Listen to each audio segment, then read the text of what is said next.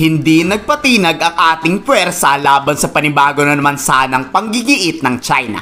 Ipanmukha sa kanila na hindi sila ang masusunod sa ating sariling karagatan. Ganyan ang ipinamalas ng Philippine Coast Guard at BIPAR laban sa Chinese Coast Guard.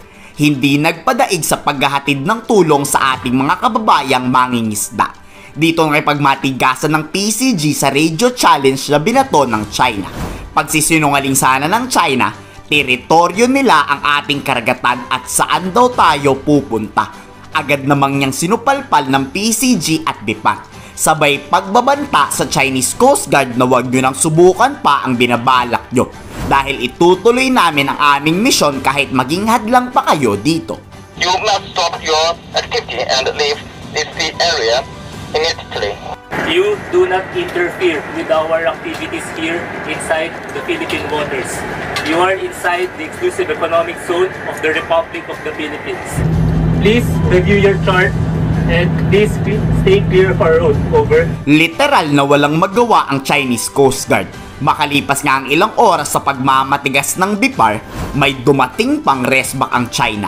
Talagang nagtatawag pa sila. Pero hindi yan uubra sa matapang na paglalayag ng ating barko. Sa hindi kalayuan, may 3 pang barkong dumating mula sa Chinese Coast Guard. Pero wala silang magawa kundi panoorin na lang ang paglalayag ng ating barko. Hindi makaporma dahil may nag-aaligid-aligid pang eroplano ang ating Pilipinas na handang ipakita sa buong mundo kung binubuli na naman tayo. Dito napahiya talaga ang Chinese Coast Guard. Dinadaan-daanan lang ng eroplano ng ating Coast Guard. Sa huli, matagumpay na nakapagbigay ng biyaya ang ating gobyerno sa ating mga kababayang mangingisda sa Baho de Masinloc.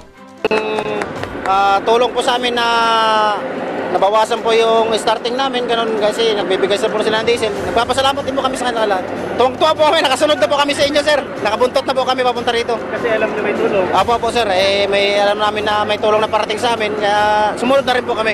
Talagang ipinapakita ng Philippine Coast Guard na hindi naghahari ang China sa West Philippine Sea. Sana lang talaga ay magpatuloy to ang pinapakitang pagmamatigas ng PCG. We were successful in breaking the so-called territorial limit of the Chinese Coast Guard, disallowing government vessels from entering Baho de Masinloc.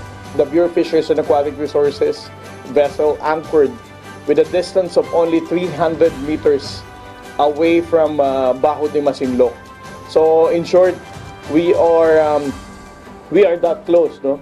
Sobrang nakakatuwa isipin na wala nang magawa ang China. Kayo, nagugustuhan nyo ba ang pinapamalas ng Philippine Coast Guard laban sa Chinese Coast Guard? I-komento sa baba ang inyong saloobin.